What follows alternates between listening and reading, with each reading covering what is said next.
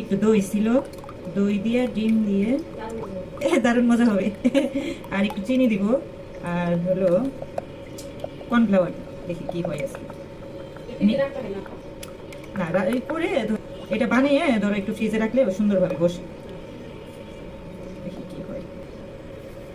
তারপর চিনি কম খাই, দিলেন 3 টেবিল চামচ দিলেন। বেশি চিনি দিলে আবার খাওয়া যায় না, এতই লাগে মিষ্টি, মুখ ফিরে আসে, খেতে পারি না বেশি চিনি। কর্নফ্লাওয়ারও শেষ।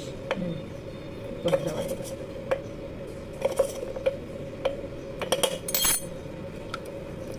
ভালো করে মিশিয়ে বসাই দেবো, এয়ার ফ্রায়ারে দেবো। দেখি এয়ার ফ্রায়ারে কি হবে, দেখতে হবে। হ্যাঁ দেখি এয়ার ফ্রায়ারে হয় কিনা। ভিডিওটা দেখাতে ভুলে গেছি। এই যে এয়ার ফ্রায়ারে পুডিং, জানি না কেমন হবে, দেখা যাক আল্লাহ বলে। এয়ার ফ্রায়ার থেকে কেক নামাইছি, নামানোটা দেখানো হয় নাই, এখন এই যে দেখাচ্ছি। কিন্তু সরি, কেক না, পুডিং। সবসময় কেক বানাই তো এয়ার ফ্রায়ারে, এর জন্য কেক কেক চলে আসছে, আসলে এটা পুডিং। এখন আমি এটা একটু নিয়ে খেয়ে ফেলেছি, আবার একটু নিয়ে খাবো। হ্যাঁ নিচ্ছি। হ্যাঁ কি হয়েছে কেকটা, সরি পুডিংটা। সবসময় কেক কেক আসতেছে, মানে এটা আমি তো খেয়ে ফেলেছি, এখন মেয়েকে দিই, মেয়ে খাবে নিয়ে।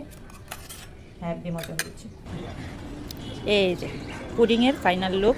আর এটা আমি ঘাপুস ঘুপুস করে খেয়ে নিয়েছি, সেই লেভেলের মজা হয়েছে পুডিংটা। সবাই কিন্তু নজর দিবেন না। আলহামদুলিল্লাহ অনেক মজা হয়েছে। আল্লাহ হাফেজ।